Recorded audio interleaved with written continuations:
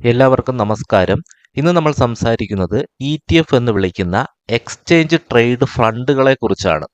അതായത് ഓഹരി വിപണിയിൽ നിക്ഷേപം നടത്താൻ താല്പര്യമുള്ളവർക്ക് വളരെ ലളിതവും താങ്ങാനാവുന്നതുമായ ചെറിയ തുക കൊണ്ട് വിവിധ കമ്പനികളുടെ ഓഹരികളുടെ ഒരു കൂട്ടത്തെ ഒരുമിച്ച് വാങ്ങാൻ സാധിക്കുന്ന അല്ലെങ്കിൽ അതിനുള്ള ഒരു മാർഗം നൽകുന്ന സാമ്പത്തിക ഉപകരണമാണ് ETF എന്ന് പറയുന്നത്. അപ്പോൾ ശരിക്കും ETF എന്താണ്?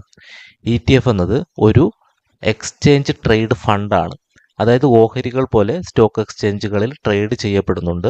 അതുകൊണ്ട് ഇവയെ നമുക്ക് വാങ്ങുകയും വിൽക്കുകയും ചെയ്യാം.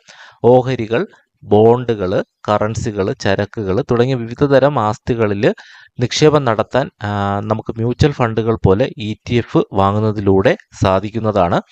ETF-കളുടെ പ്രവർത്തനം എന്ന് പറയുന്നത് എങ്ങനെയാണെന്ന് വെച്ചാൽ, ഞാനൊരു ഉദാഹരണം പറയാം. നിഫ്റ്റി 50 എന്ന സ്റ്റോക്ക് ഇൻഡെക്സ് ട്രാക്ക് ചെയ്യുന്ന ഒരു ETF നിങ്ങൾ വാങ്ങുകയാണെങ്കിൽ നിഫ്റ്റി 50യിൽ ഉൾപ്പെടുന്ന 50 കമ്പനികളിലും നിങ്ങൾക്ക് ഒരുമിച്ച് നിക്ഷേപം ലഭിക്കും.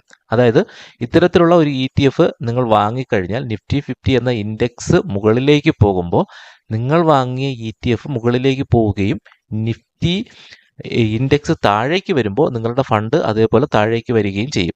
അതായത് സ്റ്റോക്ക് മാർക്കറ്റിലുള്ള അതേ മൂവ്മെൻറ്റിലായിരിക്കും നിങ്ങളുടെ ഫണ്ടും നിങ്ങൾക്ക് പ്രോഫിറ്റ് നൽകുന്നത്. ഇതിൻ്റെ പ്രവർത്തന ഗുണം എന്ന് പറയുന്നത്, നമ്മൾ ഓഹരി വിപണിയിലെ ഏത് സ്റ്റോക്കും വാങ്ങുകയും വിൽക്കുകയും ട്രേഡ് ചെയ്യുകയും ഒക്കെ ചെയ്യുന്ന പോലെ നമുക്ക് എപ്പോൾ വേണമെങ്കിലും വാങ്ങാനും വിൽക്കാനും സാധിക്കുന്നതാണ്. ലോങ് ടൈമിലേക്കും നമുക്കിവ വാങ്ങി സൂക്ഷിക്കാൻ സാധിക്കും. എന്നാൽ മ്യൂച്വൽ ഫണ്ടുകൾ പോലെ നമുക്കൊരു ഒരുപാട് കമ്പനികൾ നിക്ഷേപം നടത്തുന്ന ഒരു ബെനിഫിറ്റ് ഇതിലൂടെ ETF-ലൂടെ നമുക്ക് ലഭിക്കുകയും ചെയ്യും.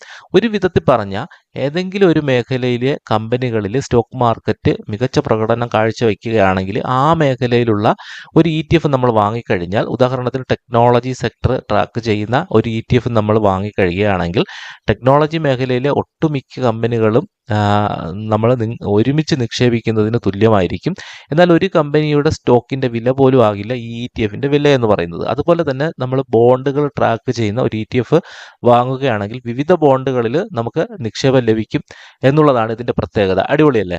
അപ്പോൾ ETF-കളുടെ ഗുണങ്ങളെന്ന് പറയുന്നത്, ഒരു ETF വാങ്ങിക്കൊണ്ട് നിങ്ങൾക്ക് ഒന്നിലധികം ആസ്തികളിൽ നിക്ഷേപം നടത്താം എന്നുള്ളതാണ് ഇതിൻ്റെ പ്രധാനപ്പെട്ട ഗുണം. മാത്രമല്ല ETF-കൾ ഓഹരികൾ പോലെ വാങ്ങുകയും വിൽക്കുകയും ചെയ്യാം. അതിനാൽ നിങ്ങൾക്ക് എപ്പോൾ വേണമെങ്കിലും നിങ്ങളുടെ നിക്ഷേപം തിരികെ പിൻവലിക്കാൻ സാധിക്കും. എന്നാൽ മ്യൂച്വൽ ഫണ്ടിൽ ലഭിക്കുന്ന അതേ രീതിയിലുള്ള ആനുകൂല്യങ്ങളും പ്രോഫിറ്റും ഒക്കെ നമുക്ക് ഇതിലൂടെയും ലഭിക്കുന്നതാണ്.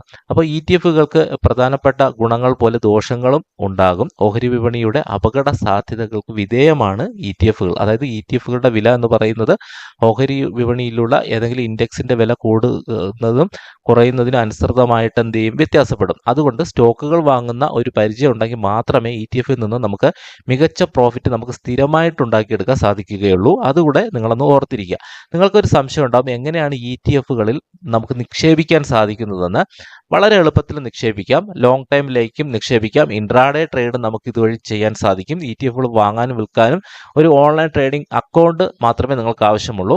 നിങ്ങൾക്ക് ഇതുവരെ ഒരു ഡിമാറ്റ് അക്കൗണ്ട് ഇല്ല എങ്കിൽ ഈ വീഡിയോയുടെ ഡിസ്ക്രിപ്ഷനിൽ ഞാൻ കൊടുത്തിട്ടുള്ള ലിങ്ക് വഴി നിങ്ങൾക്ക് ഒരു ഡിമാറ്റ് അക്കൗണ്ട് ഓപ്പൺ ചെയ്തതിന് ശേഷം ETF-കളിൽ നിക്ഷേപം നടത്താവുന്നതാണ്.